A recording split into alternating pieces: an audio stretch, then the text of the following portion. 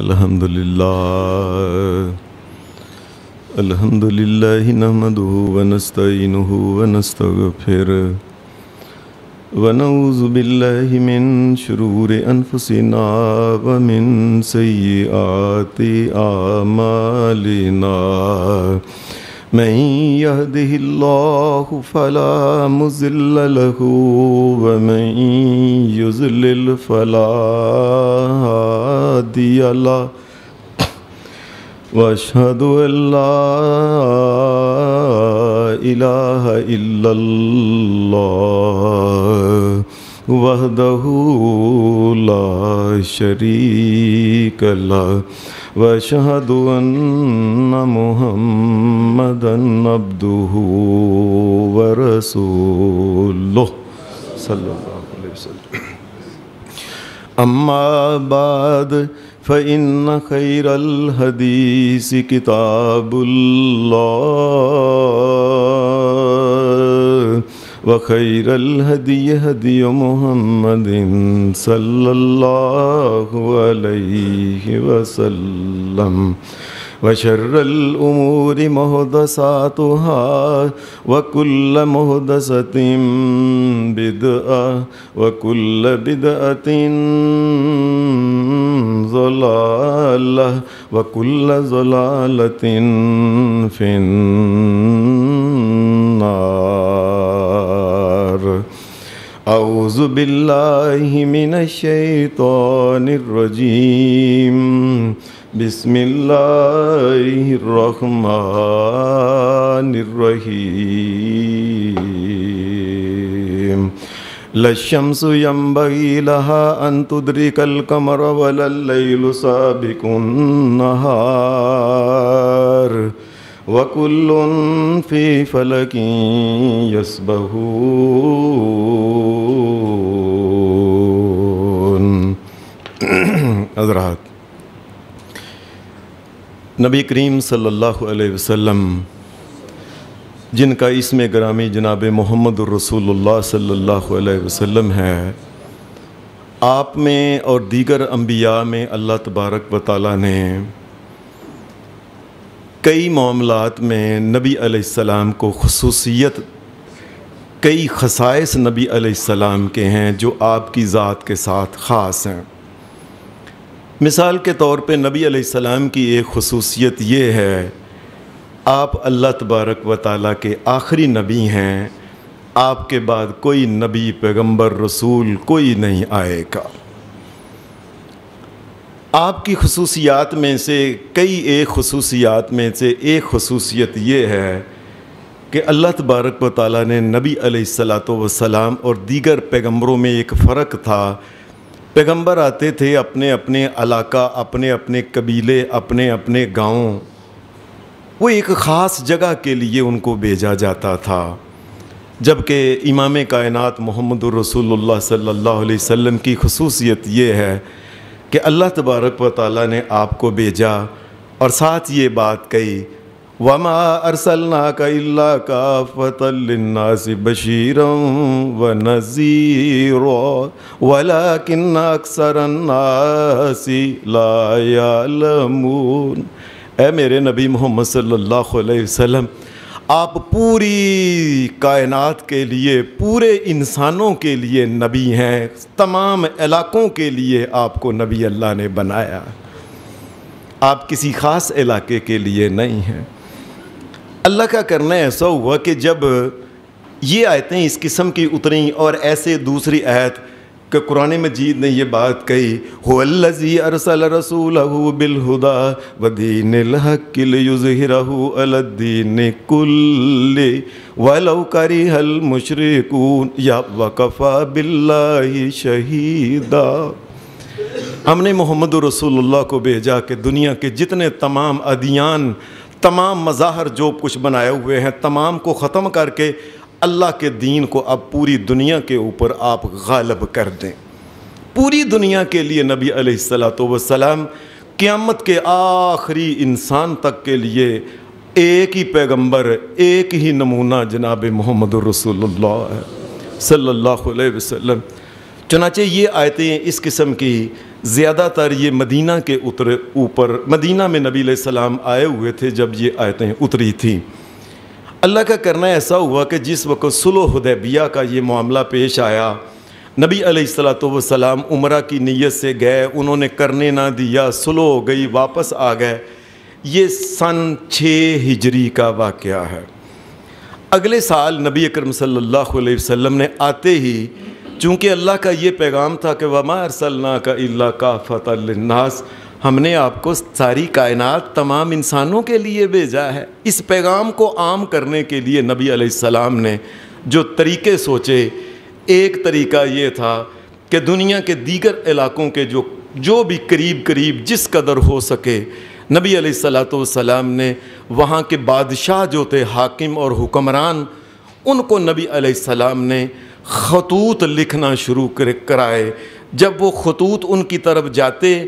جو بندہ جس علاقے کی طرف جاتا سب سے پہلے پتہ کرتے کہ اس بندے کو اس علاقے کی زبان آتی ہے، اس بندے کو وہ خط دیتے اور تاکہ اس کو بتاتے کہ جا کے بادشاہ کو یہ کہو اللہ کا وہ آخری نبی محمد الرسول اللہ تشریف لے آئے ہیں، تم ایمان لے آؤ، تم بھی ایمان لے آؤ، اور تمہاری ساری رعایا جو ہے ان کو بھی بتاؤ کہ اللہ کا آخری پیغمبر تشریف لے آیا ہے۔ یہ نبی علیہ السلام خطوط لکھ رہے تھے، مطلب کبھی کدھر۔ انہی میں سے ایک مصر کی جب باری آئی تو نبی اکرم صلی اللہ علیہ وسلم نے صحابہ سے پوچھا کہ ظاہر ہے جو آدمی مصر کی زبان جانتا تھا، مصر کی زبان آج کل تو اللہ کے فضل سے عربی ہے، یہ عربی زبان نہیں تھی ان کی۔ یہ حضرت عمر فاروق رضی اللہ تعالیٰ عنہ کے دور میں جب یہ فتح ہوا، مسلمانوں کی حکومت تھی، اکثریت مسلمان ہو گئے، آہستہ آہستہ ان کی زبان ختم ہو گئی، اور آج کل سارے کے سارے عربی تقریباً جو ہے وہ مصری جو ہیں وہ عربی ہیں۔ مصری زبان جو تھی ان کو جاننے والے ایک صحابی تھے۔ آپ نے پوچھا مصر کون جائے گا خط لے کے؟ حضرت حاتب بن ابی بلتا رضی اللہ تعالی عنہ یہ کھڑے ہوئے، کہنے لگے اے اللہ کے رسول، میں مصر کی زبان بھی جانتا ہوں، اے اللہ کے رسول صلی اللہ علیہ وسلم آپ مجھے بھیجیں، خط دیں۔ نبی صلی اللہ علیہ وسلم نے آپ کو دیکھا، دیکھنے کے بعد نبی علیہ السلام نے برکت کی دعا دی کہ اللہ تیرے مال، جان، عزت، ایمان، تمام معاملات میں اللہ برکت دے۔ خط لکھوایا اور خط ان کو دیا اور خط سمجھا دیا کہ میں نے خط کے اندر یہ لکھا ہے۔ نبی اکرم صلی اللہ علیہ وسلم نے ساری باتیں سمجھا کے ان کو پھر مصر کی طرف نبی علیہ السلام نے بھیج دیا۔ میں کئی دفعہ سوچتا ہوں ہمیں یہ قریب جانا پڑتا ہے تو ہم سب سے پہلے گاڑیاں ڈھونڈتے ہیں کہ کس کے اوپر بیٹھ کے، یہ کہاں مدینہ، اور مدینہ سے کہاں یہ سارے کا سارا سعودی عرب کا علاقہ کراس کر کے، پھر آگے عراق کا علاقہ سارا کراس کر کے، پھر آگے جا کے کارنر میں جا کے مصر کا، یہ کیسے پہنچے ہوں گے اللہ کے رسول اللہ صلی اللہ علیہ وسلم کے یہ پیارے ساتھی؟ کیسے کیسے جنگلات اور پہاڑی جانوروں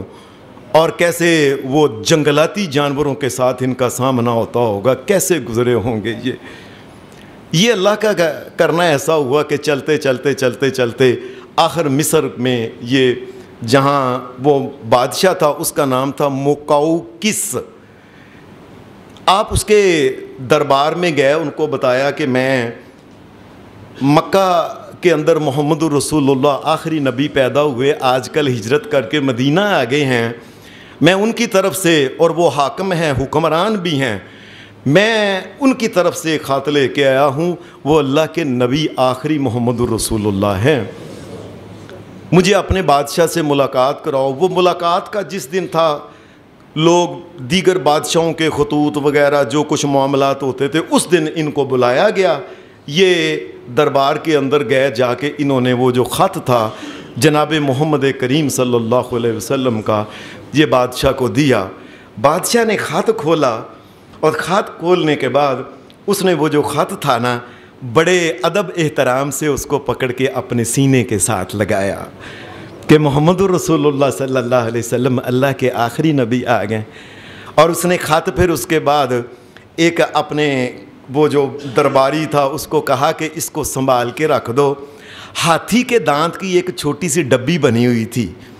ہاتھی کا جو دانت ہوتا ہے اس کی ایک ڈبیا بنی، اس کے اندر سنبھال کے اس نے کہا اس کو رکھ دو، اور کہنے لگا کہ میں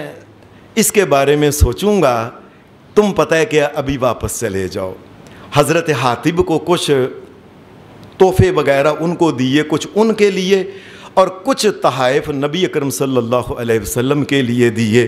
جن میں ایک گھوڑا تھا بڑا خوبصورت بہترین،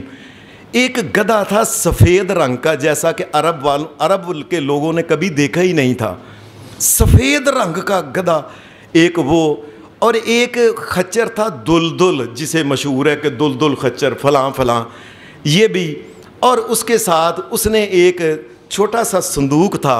اس نے وہ صندوقڑی ٹائپ دا، یہ اس نے کہا کہ یہ بھی آپ اپنے جا کے محمد الرسول اللہ کو دینا، اس کے اندر وہ تیل، وہ کنگھی، وہ خوشبو رکھنے کے لیے، اور اس نے کچھ خوشبوئیں تھیں وہ بھی اس کے اندر ہی اس نے رکھیں، کچھ شہد تھا، اس نے شہد بھی نبی اکرم صلی اللہ علیہ وسلم کو وہ کسی ڈبیا میں بند کر کے وہ بھی دے دیا، اور ایک پیالہ تھا، جس طرح بادشاہوں کے پیالے جام ہوتے ہیں،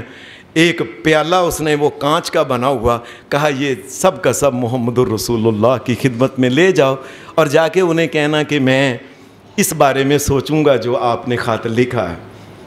اللہ کا کرنا ایسا ہوا، یہ خطوط اور ایک ساتھ ایک خط لکھا، خط میں اس نے نبی علیہ الصلوۃ والسلام کو سلام دعا کے بعد اس نے کہا میرا تو خیال تھا کہ آخری نبی ہم بھی انتظار کر رہے تھے، لیکن میرا یہ خیال تھا کہ وہ شام کے ملک میں آئے گا جہاں اللہ کے بہت سے نبی ہوئے ہیں، وہ نبیوں کی سرزمین ہے، ہمارا تو خیال تھا وہ شام میں آئے گا، آپ ادھر آگے، بہرحال میں اس بارے میں سوچوں گا۔ وہ تحائف کے ساتھ اس نے یہ کیا کہ مصر کے اندر جہاں سے یہ چلے واپسی، اس نے مصر کے اندر ایک سیانے آدمی کو بھیجا اور کہا یہ اللہ کے نبی جو اس علاقے میں آئے ہیں محمد الرسول اللہ، ان کے لیے دیگر تحائف کے ساتھ یہ ہے، 2 نوجوان بچیاں کواری جو تھیں، یہ ان کی ماں رومی انگریز تھی، سفید ان کے بال تھے، ایک کا نام تھا ماریا، اور جسے حضرت ماریا قبطیہ ہم آج کل کہتے ہیں، اور ایک کا نام تھا جسے شیرین، جسے ہم سیرین کہتے ہیں۔ یہ 2 نوجوان لڑکیاں بھی اس نے کہا جا کے محمد الرسول اللہ کے لیے یہ لے جاؤ، ان کے لیے نکاح کے لیے اپنے نکاح میں ان کو لے لیں۔ اللہ کا کرنا ایسا ہوا، حضرت حاتب کتنے دن مہینوں کا سفر تھا، یہ رستے میں آتے گئے، ان 2 جو بچیاں تھیں ان سے دین اسلام کی بات، موقع ملا، اللہ نے موقع دیا، رستے میں جہاں ٹھہرتے نماز پڑھتے وغیرہ، اور ان سے دین کی کوئی نہ، یہ دونوں نے کلمہ پڑھ لیا، دونوں مسلمان ہو گئی، ایک حضرت ماریا قبطیہ اور ایک حضرت سیرین جو تھیں، یعنی شیرین جسے کہتے ہیں، یہ دونوں مدینہ کے اندر واپس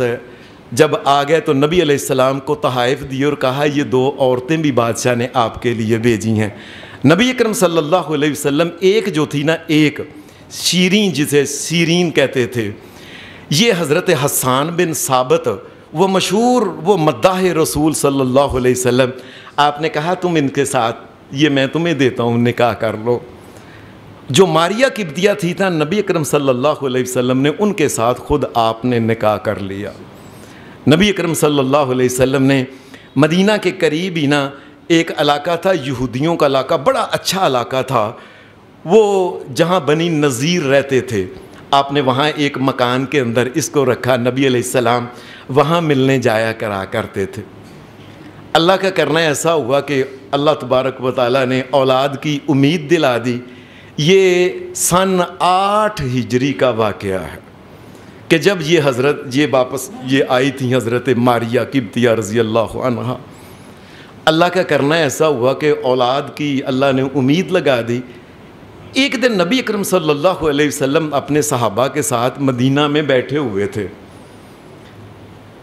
آپ نے اس کی خدمت کے لیے، اس حضرت ماریا کی خدمت کے لیے ایک عورت رکھی ہوئی تھی، شادی شدہ عورت تھی جو خدمت وغیرہ کرنے کے لیے۔ اس کا خامند آیا وہ مدینہ شریف میں بڑا نا ایسے جیسے کو بڑا خوش ہے اور بھاگتا بھاگتا آیا، نبی اکرم صلی اللہ علیہ وسلم کو آ کے کہنے لگا اے محمد رسول اللہ صلی اللہ علیہ وسلم، اللہ نے آپ کو بیٹا عطا کیا ہے۔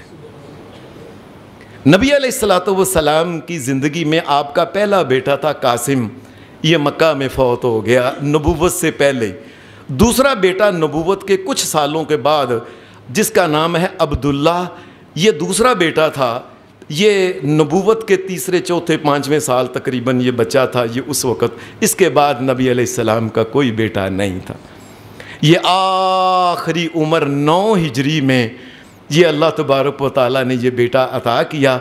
نبی علیہ السلام اتنے خوش ہوئے، اب پچھلی عمر کے اندر اللہ نے کسی کو بیٹا دیا ہو، یہ بیٹے کو دیکھنے کے لیے نبی کرم صلی اللہ علیہ وسلم جلدی جلدی گئے، اور جس نے آ کے خوشخبری سنائی تھی نا، نبی علیہ السلام نے خوشی میں ایک غلام اس کو انعام دے دیا۔ آپ گھر میں گئے، آپ نے بچے کو دیکھا، نبی اکرم صلی اللہ علیہ وسلم نے پھر 7ویں دن بچے کا عقیقہ کیا، جانور ذبح کیا، اور اس کے بعد جتنی بچے کے سر کے اوپر بال تھے نا، جسے ہم چانڈ کہتے ہیں، وہ جو بال سارے تھے نا، ان بالوں کے وزن کے برابر نبی علیہ السلام نے یہ چاندی جو تھی یہ صدقہ میں کی تھی۔ یہ بھی طریقہ ہے، یاد رکھیں کہ جتنی بچے کے بال وزنی ہوں، یہ عام طور پہ تقریباً 1 تولے سے کم ہی ہوتے ہیں، اتنا صدقہ بھی کرنا چاہیے۔ پھر نبی اکرم صلی اللہ علیہ وسلم نے بچے کا نام جو تھا یہ اپنے دادا سیدنا حضرت ابراہیم علیہ السلام کے نام پہ نبی علیہ السلام نے اس کا نام ابراہیم رکھا۔ نبی اکرم صلی اللہ علیہ وسلم پھر آپ مدینہ میں ہوتے تو آپ اکثر نبی علیہ السلام بچے سے اداس ہو جایا کرتے تھے۔ آپ کہتے چلو انس چلیں، جا کے ابراہیم کو دیکھ کے آئیں۔ نبی علیہ السلام کے ساتھ حضرت انس جاتے، جا کے پہلے ان کو بتا دیتے کہ آج نبی علیہ السلام نے آنا ہے۔ ان کے گھر کے اندر ہی نا انہوں نے بھی ایک پٹھی لگائی ہوئی تھی، وہ کام کرتے تھے، اس کا دھواں ہوتا تھا، یہ جا کے حضرت انس بتاتے، وہ پٹھی بند کر دیتے۔ نبی کریم صلی اللہ علیہ وسلم جاتے، جا کے بچے کو پکڑتے اپنے ہاتھوں میں، کائنات کا امام محمد الرسول اللہ اپنے ہاتھوں میں پکڑ کے اس کو چومتا تھا۔ آپ اس کو اٹھاتے تھے، سینے سے لگاتے تھے، اس کو بچے کو بڑا پیار کیا کرتے تھے۔ حضرت انس وہ جو ساتھ جایا کرتے تھے نا، وہ کہتے ہیں میں حیران تھا کہ انہوں نے ایک پنگوڑا سا بنایا ہوا تھا جو بھی اس دور میں تھا، اس پنگوڑے کے اندر بچے کو رکھتے تھے، بچہ اتنا صحت مند تھا، سارے کا سارا پنگوڑا بھر جاتا تھا بچے کے ساتھ، اتنا خوبصورت بچہ اور موٹا تازہ۔ یہ بچہ تقریباً 15 یا 16 مہینوں کا ہوگا۔ یہ مہینہ جو شوال کا ہے، اس شوال کے مہینے کے اندر 29 تاریخ کو نبی علیہ السلام ایک دن اپنے صحابہ کے ساتھ بیٹھے ہوئے تھے کہ اسی عورت کا، وہی عورت جو دایا تھی، جو گھر کا کام کرتی تھی نا ساری، اسی کا خامد جس نے آ کے پہلے بتایا تھا نا اللہ نے آپ کو بیٹا دیا ہے، بڑی پریشانی کی حالت میں آیا اور آ کے کہنے لگا اے محمد الرسول اللہ صلی اللہ علیہ وسلم، وہ ابراہیم بچہ جو ہے نا بیمار ہو گیا، سمجھ نہیں آتی اسے کیا، اس کے سانس اکھڑ رہے ہیں، آپ جلدی جلدی آ جائیں۔ نبی اکرم صلی اللہ علیہ وسلم فوراً اٹھے، آپ حضرت وہاں عبد الرحمن بن عوف تھے کہ عبد الرحمن اٹھو جلدی چلو۔ حضرت عبد الرحمن کو لے کے نبی اکرم صلی اللہ علیہ وسلم ان کے گھر میں چلے گئے۔ گھر کے اندر جب نبی اکرم صلی اللہ علیہ وسلم چلے گئے، بچے کو لیا، کائنات کے امام نے اپنے ہاتھوں میں اس کو اٹھایا، نبی علیہ السلام نے اپنی گود کے اندر اس بچے کو رکھا۔ نبی اکرم صلی اللہ علیہ وسلم آپ نے دیکھا کہ بچے کی جو سانس ہے نا یہ اکھڑ رہی تھی، سانس نہیں صحیح لے رہا تھا۔ حدیث میں آتا ہے اس وقت نبی علیہ السلام نے یہ الفاظ بولے، لا نغنی عنک من اللہ شیئا، اے ابراہیم بے شک میں نبیوں کا سردار محمد الرسول اللہ ہوں، لیکن ابراہیم میں اللہ کے خلاف میں کچھ نہیں کر سکتا، اللہ کا فیصلہ ہی ہمیشہ جو ہوتا ہے وہی چلتا ہے، ابراہیم میں کیا کر سکتا ہوں اگر اللہ کی طرف سے ہی ایسا ہو۔ حدیث میں آتا ہے نبی اکرم صلی اللہ علیہ وسلم نے گود میں ہی رکھا ہوا تھا، اچانک ہی بچے نے ایک سانس لیا، اور امام کائنات، امام الاولین والآخرین کا یہ آخری بچہ ابراہیم، کائنات کے امام کی گود کے اندر ہی اس کے آخری سانس نکل گیا۔ انا للہ و انا الیہ راجعون۔ ہمارے ہاں تو لوگ عجیب قسم کی باتیں سناتے ہیں، ہمیں تو اللہ ہمیں معاف کرے، لوگوں کو شرم حیا ہی نہیں ہے اس بارے میں، کچھ اللہ کا ڈر پیدا ہونا چاہیے۔ عجیب قسم کی باتیں کئی سناتے ہیں جی، پیر صاحب کی ایک وہ مریدنی تھی، اس کا بچہ مر گیا، بھج کے پیر صاحب کے پاس آئی، پیر صاحب نے کہا وہ ملک الموت کی یہ جرت میری مریدنی دا بچہ مار دے، ایسنا اتنا اٹھ کے ایسنا چراٹ ماری، ایسے چراٹ ماری اور ملک الموت کو لو تھیلا ہی روحاں دا کھولیا سارا۔ یعنی ہمیں تو خیال ہی نہیں آتا ہم کیا باتیں کر رہے ہیں۔ وہ سارا تھیلا کھول کے انہوں نے تھیلے کو ایسے پکڑ کے نہ الٹ دیا، اور ساریاں روحیں ڈگ پئیاں، اور جتنے دنیا میں تھا وہ بندے مرے تھے جن کی روحیں لے کے جا رہا تھا نا، وہ ساری واپس، وہ ہندو تھے، کافر تھے، عیسائی تھے، یہودی تھے، مجوسی تھے، کون تھے جس سارے کے سارے زندہ ہو گئے۔ ملک الموت کی کیا جرت ہے کہ ہماری مریدنی کا بچے کو وہ مار دے؟ کیسی لوگ اللہ سے ڈرتے نہیں۔ وہ لوگوں، اس کائنات میں اللہ کی قسم، اس کائنات کے رب کی قسم، محمد الرسول اللہ جیسا کوئی انسان نہ کبھی پیدا ہوا ہے نہ کبھی ہوگا۔ آپ کے ہاتھوں میں بچہ تھا اور گود میں رکھا ہوا تھا محمد الرسول اللہ کی، اور حدیث میں آتا ہے کہ اس وقت حضرت عبد الرحمن نے ایسے نبی علیہ السلام کو جب دیکھا، نبی علیہ السلام خاموش تھے، آنکھوں سے آنسو جو تھے یہ گر رہے تھے۔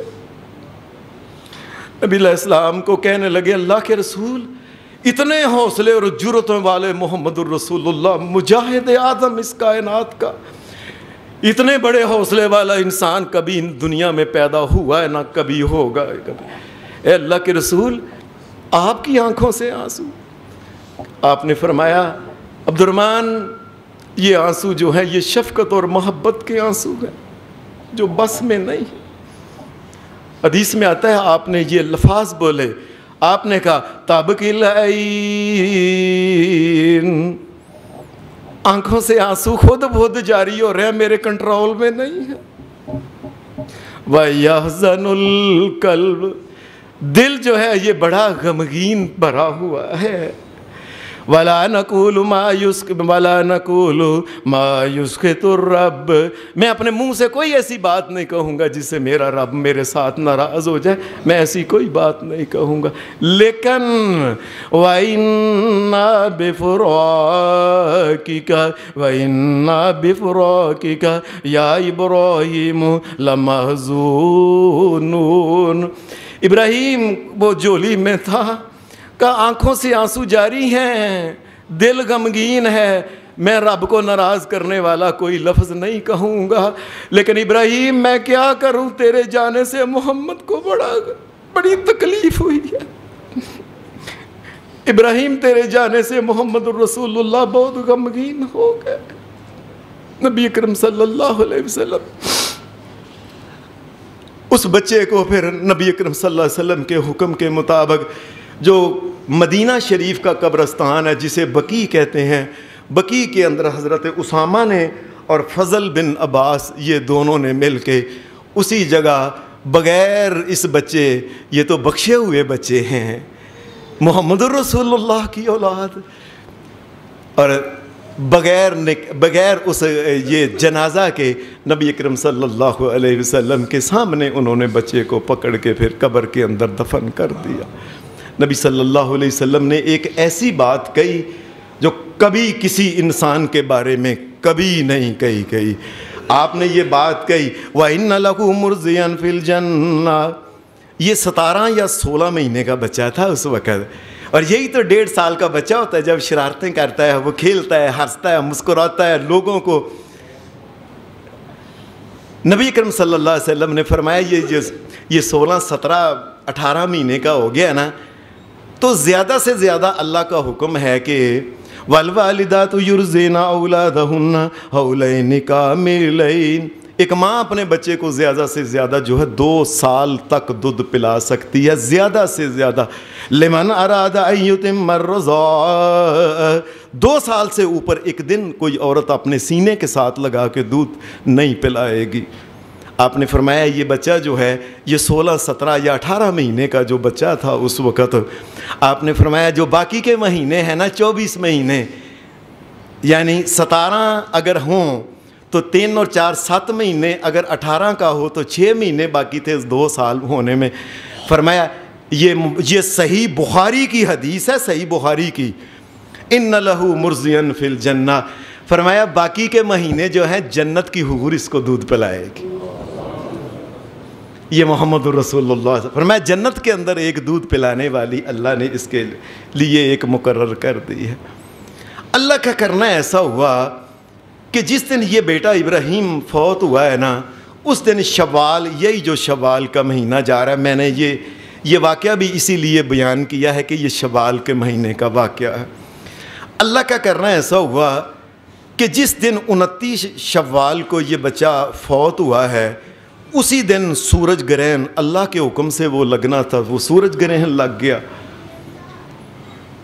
عربوں کے ہاں نا ایک بڑی بات تھی، وہ عرب لوگ کہا کرتے تھے، ان کے اندر ایک کہاوت تھی، ان کے بڑے لوگوں سے سنی تھی انہوں نے، کہ جس دن کو بڑا انسان فوت ہوتا ہے نا، یہ سورج اس دن جو ہوتا ہے نا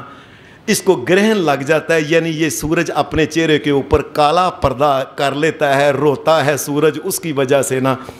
کہنے لگے آج جو گرہن لگا ہے نا، یہ عرب کے کئی لوگ کہنے لگے کہ یہ لگتا ہے یہ نبی علیہ السلام کا بیٹا ابراہیم فوت ہوا ہے، اس کے غم میں آج سورج جو ہے نا اس نے اپنے چہرے پہ کپڑا لے لیا. یہ لوگ کہنے لگے. حافظ ابن کثیر رحمۃ اللہ علیہ نے نا تفسیر ابن کثیر کے اندر لکھا ہے کہ کئی لوگوں نے اس قسم کی اور بھی باتیں بعد میں بھی کی. مثلاً حضرت حسین رضی اللہ تعالیٰ عنہ کو کوئی شک نہیں کہ ظلم کے ساتھ ان کو شہید کیا گیا، بڑی زیادتی کی گئی ان کے ساتھ. لیکن لوگوں نے باتیں کیا بنائیں جی جس دن یہ شہید ہوئے ہیں نا اس کے بعد کئی دن سورج جو تھا نا اس نے اپنا چہرہ نہیں دکھایا، اس نے کالا چہرہ کر لیا، اور آسمان سے کتنے دن خون کی بارش ہوتی رہی. یہ حافظ ابن کثیر نے تفسیر ابن کثیر کے اندر لکھا ہے کہ کئی وہ لوگوں نے اس قسم کی باتیں بھی کی کہ آسمان سے پھر خون کی بارش ہوتی رہی. اور کئی لوگوں نے یہ بات کہی لو جی اس دن پھر زمین کے اندر کو کلی لگاتا تھا نا، یا زمین کے اندر کو گڑھا نکالتا ٹویا،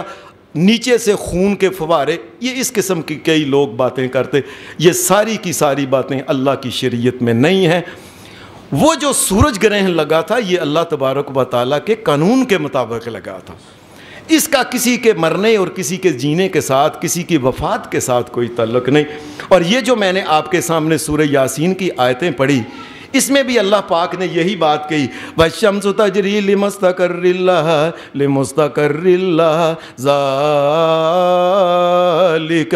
ذَلِكَ تَقْدِيرُ الْعَزِيزِ الْعَلِيمِ وَالْقَمَرَ قَدَّرْنَاهُ مَنَازِلَ حَتَّى عَادَ كَالْعُرْجُونِ الْقَدِيمِ لَا الشَّمْسُ يَنبَغِي لَهَا أَن تُدْرِكَ الْقَمَرَ وَلَا اللَّيْلُ سابق النہار وَكُلٌّ فِي فَلَكٍ يَسْبَحُونَ. اللہ پاک نے کہا یہ سورج اور چاند کا جو چلنا ہے ان کے مدار ہم نے مقرر کیے ہیں، اپنے مداروں کے اندر یہ چل رہے ہیں. چاند اپنے مدار میں ہے، سورج اپنے مدار میں چل رہا ہے، کوئی ایک دوسرے کے مدار کے اندر نہیں چل رہا. اور یہ چاند گرہن اور سورج گرہن کیا ہوتا ہے کہ اپنے اپنے مداروں کے اندر جس وقت سورج یہ بہت دور ہے اور یہ درمیان میں ہے، چاند بہت قریب ہے، یہ زمین اور سورج کے درمیان جس وقت چاند چکر لگاتا آ جاتا ہے تو جتنا سورج نظر نہیں نہ آتا اسے ہم کہتے ہیں سورج گرہن، کیونکہ وہ آگے آ جاتا ہے چاند. اور اسی طریقے سے اگر زمین جو ہے یہ درمیان میں آ جائے، چاند ادھر رہ جائے، اوپر سورج ہے، نیچے زمین ہے، اس کے نیچے چاند ہے، تو زمین کے وجہ سے چاند کے اوپر جتنی روشنی سورج کی نہیں پڑتی وہ کالا نظر آتا ہے، اس کو ہم چاند گرہن کہتے ہیں. ورنہ یہ نہیں ہوتا،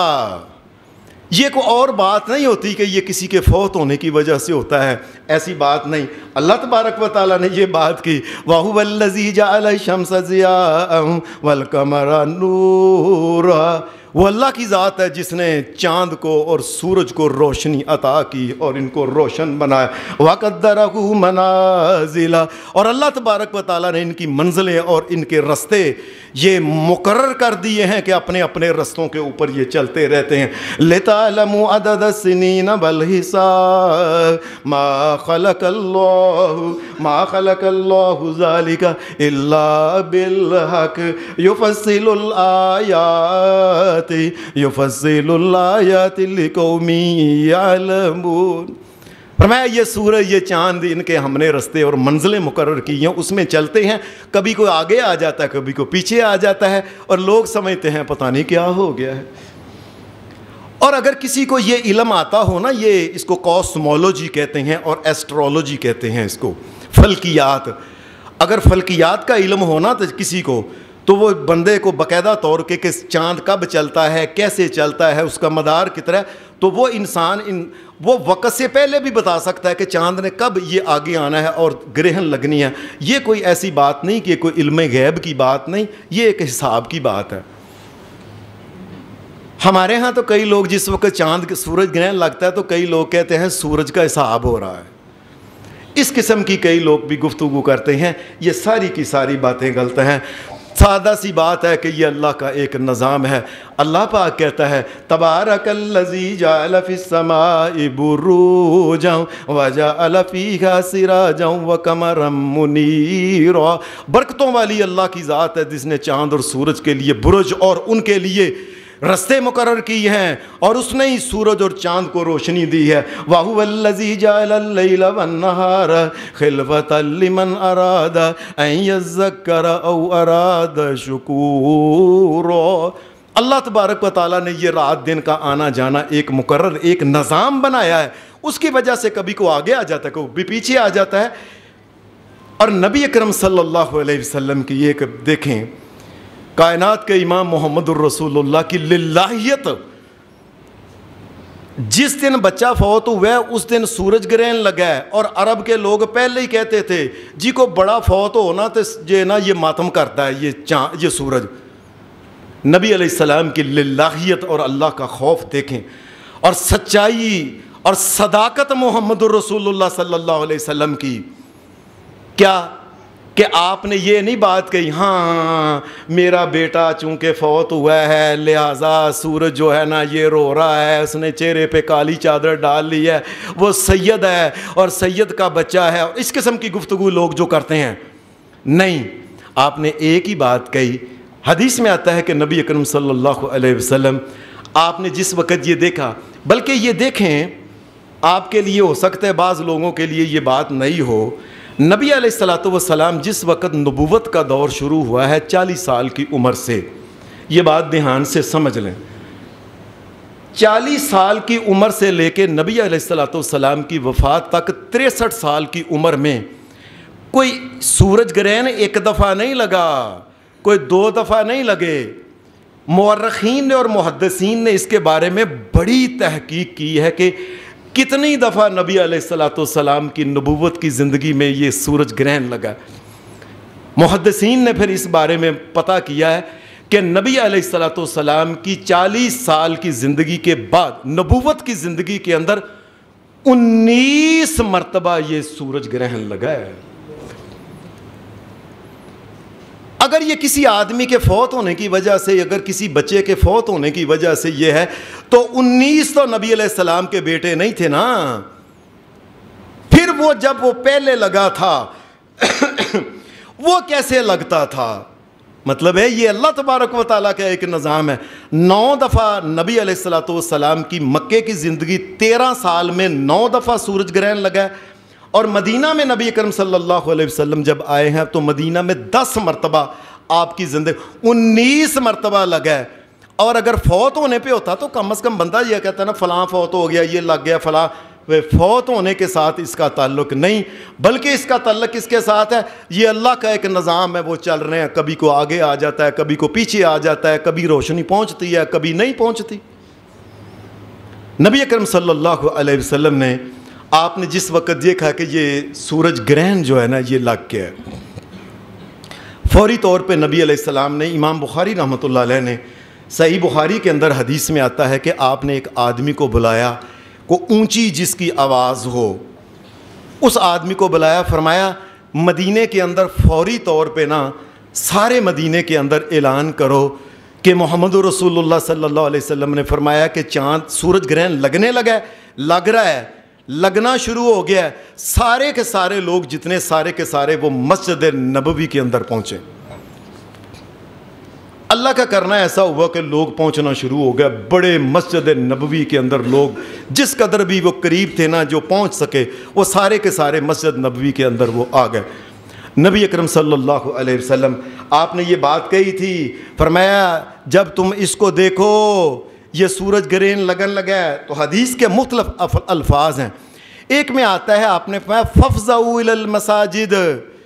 جس وقت سورج گرہن لگے فوری طور پہ اللہ کی مسجدوں میں آ جایا کرو۔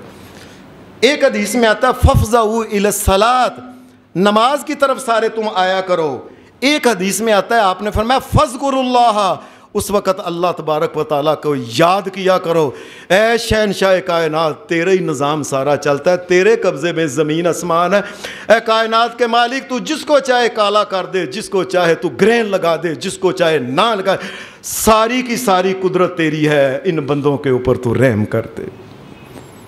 نبی اکرم صلی اللہ علیہ وسلم کی ایک حدیث میں آتا ہے فَادُوا اللَّهَ، اس وقت دعائیں کیا کرو، وَكَبِّرُوا، اس وقت کہا کرو اللہ اکبر، اللہ تو بڑا ہے، تو چاہے تو اتنے بڑے سورج کو بھی گرہن لگا سکتا ہے، تجھے روکنے والا کوئی نہیں، یہ تیری بادشاہی ہے۔ اور چمکتے چنگے بھلا، چنگا بھلا بندہ ٹھیک ٹھاک چلدا پھردا نوسدا پائدا او پہ آ جائے، یہ کون کرتا ہے؟ چلتے ایسے ہی سورج چاند ایسے چمکنے والا کہ انسان اپنی آنکھوں سے سورج کو نہیں دیکھ سکتا، یوں کر کے ایک منٹ کے اندر اس کو کالا کر دیتا ہے۔ وہ کون؟ ایک ذات ہے کبریا کی، اللہ تبارک و تعالیٰ کی۔ اس لیے نبی علیہ السلام نے فرمایا وَاكَبِّرُوا، لوگوں اللہ کی تکبیریں بیان اس وقت کیا کرو۔ ایک حدیث میں آتا ہے وَتَصَدَّقُوا، اور اس وقت کچھ نہ کچھ لوگوں صدقہ خیرات اس وقت کر دیا کرو۔ ایک حدیث میں آتا ہے نبی علیہ السلام نے امر بالعطا کا، آپ نے فرمایا اگر اس وقت کسی کے پاس کوئی غلام ہو تو غلام اس وقت آزاد کر دے اس کو۔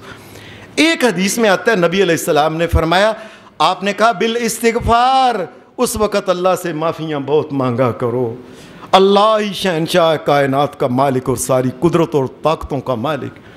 نبی علیہ السلام نے صحابہ کو اکٹھا کیا، سارے مسجد نبوی کے اندر آ گئے۔ نبی علیہ السلام نے اسی وقت اللہ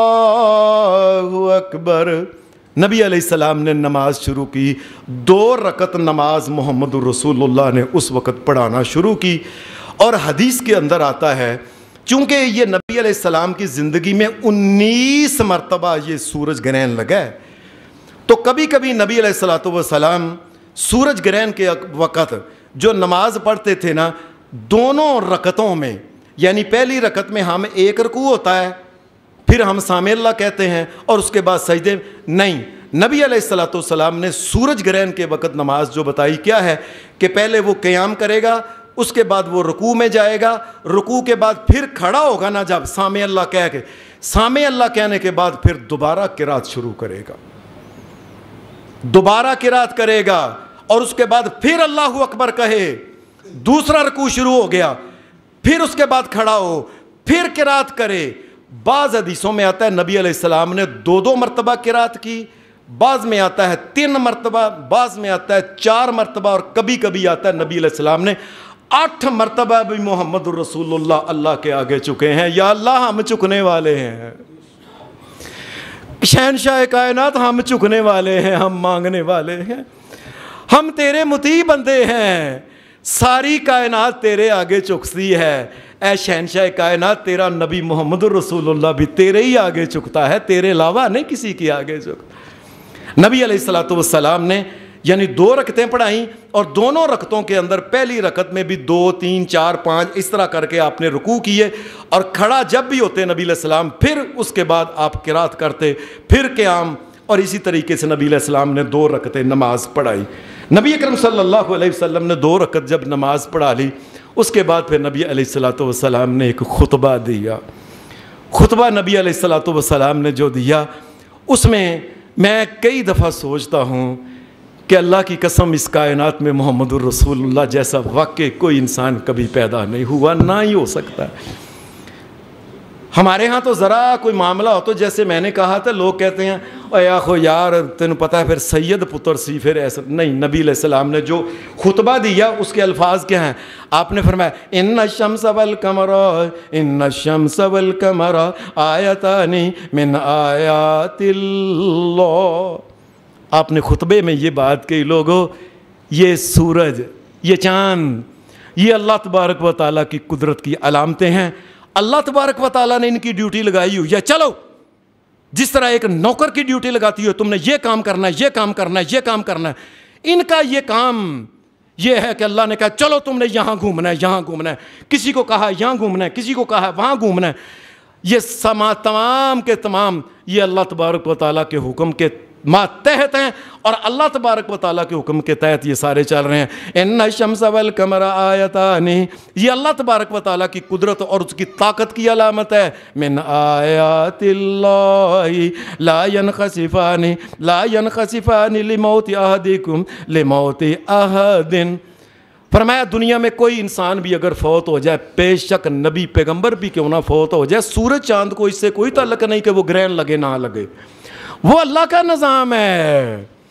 وہ اللہ تبارک و تعالیٰ کا ایک لا ينخسفان لموت احد ولا لحیاتہ۔ اور نہ ہی اللہ تبارک و تعالیٰ نے ایسا کیا کہ فلاں کے گھر میں بچہ پیدا ہوا آج آسمان سے پھول ڈگیں گے فلاں ہوگا، نہ، یہ اللہ کا ایک نظام ہے جو وَلَكِنَّهُمَا خَلِيقَتَانِ مِنْ خَلْقِهِ۔ لوگو یہ کیا ہے؟ یہ اللہ تبارک و تعالیٰ کی ایک مخلوق ہیں۔ اللہ کے حکم کے تحت جس طرح فرشتے کام کرتے ہیں، جس طرح یہ آسمان زمین کے جو کام اللہ نے لگائے ہوئے ہیں، یہ تمام کے تمام زمین و آسمان کے سورج چاند ستارے، یہ اللہ نے جو جو کام لگایا وہ کام کر رہے ہیں۔ یہ مخلوق ہے اللہ کی۔ لوگو کوئی تم میں سے یہ نہ کہے کہ یہ محمد الرسول اللہ کے بیٹے کے فوت ہونے کی وجہ سے ایسا ہو، نہیں، یہ اللہ تبارک و تعالیٰ کا۔ 2 رکعتیں نبی علیہ السلام نے پڑھانے کے بعد پھر کائنات کے امام محمد صلی اللہ علیہ وسلم نے آپ نے خطبہ دیا، اور خطبہ دینے کے بعد نبی اکرم صلی اللہ علیہ وسلم نے قبلہ کی طرف منہ کر لیا۔ قبلہ کی طرف صحابہ کے بھی منہ تھے، اور کائنات کے امام محمد الرسول اللہ کا بھی چہرہ اقدس قبلہ کی طرف تھا،